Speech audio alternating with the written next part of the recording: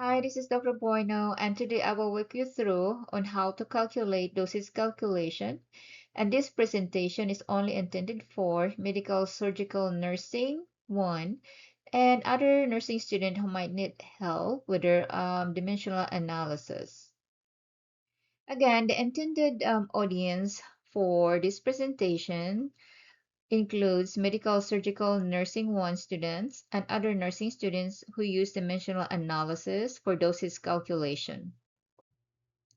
So this problem is the basics of recording intake. So remember that 1 ounce is equal to 30 ml, 1 cup is 240 ml. So this patient had 8 ounces of chicken broth. So that would be 8 times 30. That will give us 240 ml. And then also 9 ounces of gelatin. So that will be 270. And then he had two 120 ml of popsicles. So that will give us 240. And then the patient also had 1 cup of milk, which is 240 ml. And then another one is two of the 240 ml soda. So then that will give us 480. Now all we have to do is just add them up. So 240 plus 270 plus 240 plus 240 plus 480. That will give us 1,470 ml of intake. Okay, so this problem is dose over time. So basically, it's just asking us, okay, the patient is taking 340 milligrams of augmentin twice a day. So what is the total daily dose the patient is receiving a day? Okay, so now what we do, there are two ways to do it. Is we can do 340 times 2 because its BID is times 2. That will give us 680 milligrams. Or you can do 340 milligrams over 12 hours because this is BID and the medication is given every 12 hours. And there are 24 hours in a day. So times 24 hours, then cancel hours, and you will be left with milligrams. So the total dose the patient is taking a day is 680 milligrams. Okay, so this problem is basically asking us how many tablets will you give to your patient based on what the doctor ordered and based on what you have. So in this case, the doctor ordered 1,600 milligrams, and what you have is 300 milligrams per tablet. And since we're looking for tablet, we're going to start with tablets. So now one tablet has 300 milligrams. Then to cancel milligrams, we are going to plug in what the doctor ordered, which is 1,600 milligrams. Now cancel milligrams and then divide 1,600 divided by 300. That will give you 5 tabs to be given to the patient. Okay, so this one is ml per dose. What that means is that this medication comes in a liquid, suspension, or an elixir. So the doctor ordered aminophylline 0.5 grams PO/BID. What we have available is 250 milligrams per 5 ml. So now we are going to determine how many ml are we going to administer. And since I'm looking for ml, I'm going to start with 5 ml. So 5 ml over 250 milligrams. And since the order is in grams, I'm going to convert. So 1 gram has 1,000 milligrams. So 1,000 milligrams has to be on top so I can cancel the milligrams. So 1,000 milligrams over 1 gram. So now I'm going to cancel milligrams. I also need to get rid of this gram. So now I am going to put 0.5 grams on top so I can cancel the grams. So 0.5 gram, then cancel the grams, and then what I have left is ml. So now I'm going to multiply 5 times 1,000 times 0.5 divided by 250. That will give us 10 ml. So now we're going to administer 10 ml. So this problem is safe dose range. What that means is that we are going to determine if the dose the doctor ordered is safe to administer. Now, this medication has safe range of 10 to 25 milligram per kilogram per dose. The patient weighs 100 pounds. So we are now going to determine what is the lowest dose we can give to this patient and what is the highest dose we can give to this patient. So the lowest dose we can give this patient is 10 milligrams per kilogram per dose. So now we're going to set it up. So we are going to start with 10 milligrams over kilogram times 1 kilogram is 2.2 pounds because our weight is given in pounds. Now we are going to put the patient's weight, which is 100 pounds over 1 because this is just one patient. So now we're going to cancel kilogram, cancel pounds. Now multiply 10 times 100 divided by 2.2. That will give us 454.5.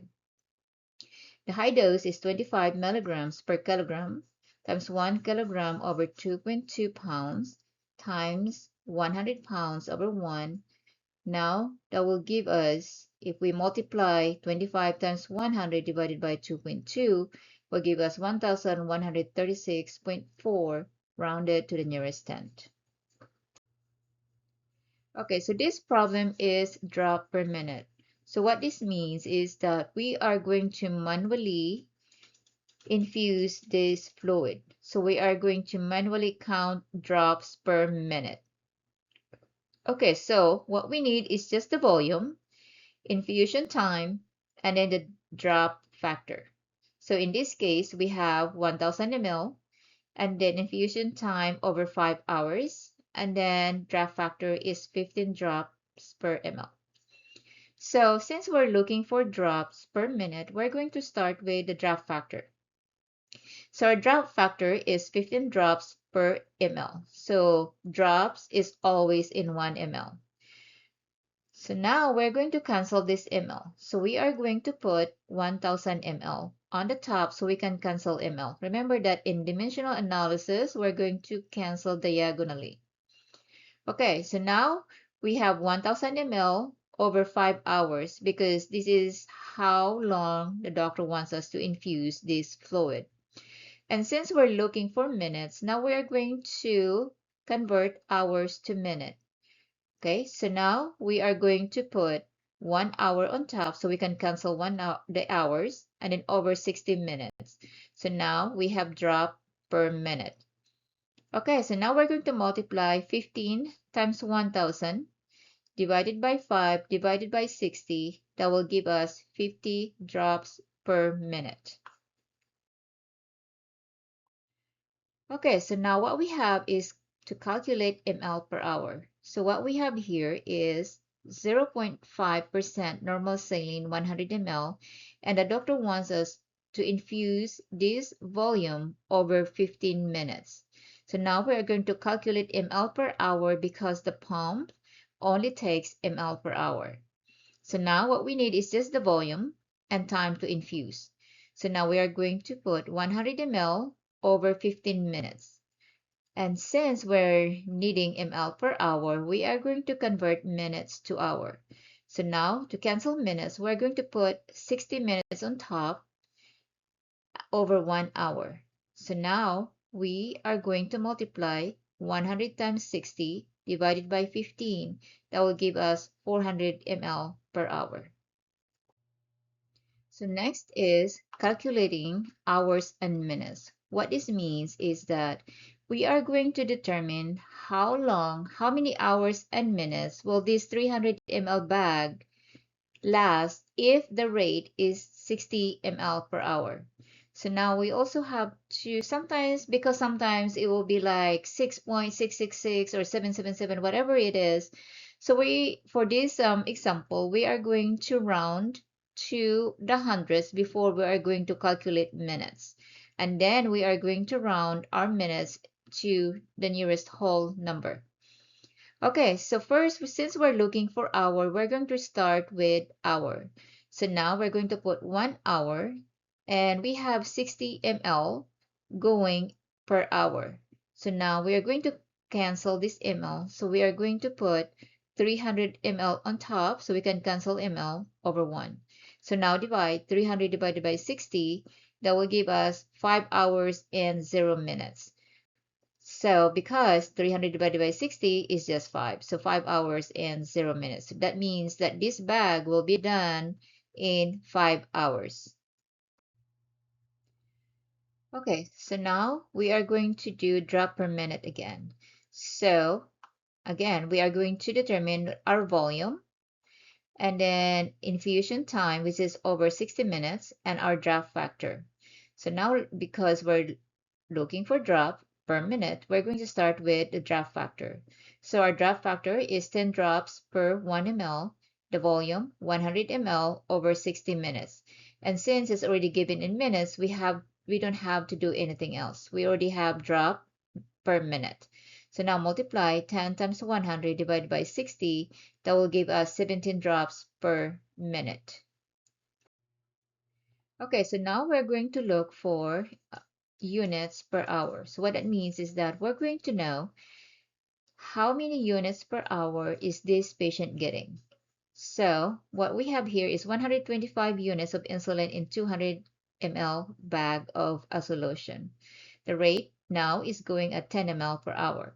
So now since we're looking for units, we're going to start with units, which is 125 units. So over here, 125 units over 200 ml. Now cancel ml.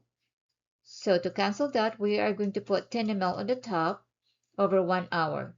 So now cancel ml, multiply 125 times 10 divided by 200. That will give us 600 units per hour. Okay, so now we're going to calculate mcg per kilogram per minute. What that means is that the patient will receive a medication in mcg per kilogram per minute. For instance, the doctor ordered the butamine 1 mcg per kilogram per minute. So this patient will receive the butamine 1 mcg per kilogram per minute. In this case, we also need to know the patient's weight. So the patient weigh 160 pounds. What we have available is 500 milligrams in a 250 ml dextrose bag. And since the pump only takes ml per hour, now we're going to determine how many ml per hour are we going to run this 1 mcg per kilogram per minute. Since we're looking for ml per hour, we're going to start the one with ml. In this case, it's the 250 ml. So now we're going to put 250 ml on top over 500 milligrams. Now cancel milligrams. In order to do that, we're going to convert milligrams. So to convert milligrams and cancel milligrams, we are going to put milligrams on top. So 1 milligram has 1000 micrograms. So now cancel that milligram. So now we also need to get rid of this mcg. And since we have mcg, so we're just going to put what the doctor ordered, 1 mcg per kilogram per minute. Now cancel mcg. So now we also need to get rid of the kilogram. So in order to do that, we are going to convert kilograms. So now we're going to put 1 kilogram over 2.2 pounds. Now cancel kilogram. So now let's get rid of the pounds. So now we are going to put 160 pounds, which is the patient's weight, and then cancel pounds. We still have one more thing to cancel, which is the minutes. So now let's convert minutes to hours. So now let's put 60 minutes on top over 1 hour. So we have gotten everything except for the ml, which is what we're looking for, and we have hour in here. Okay, so now multiply 250 times 160 times 60 divided by 500 divided by 1000 divided by 2.2. That will give us 2 ml per hour. This is our rate. This is what we set the pump to.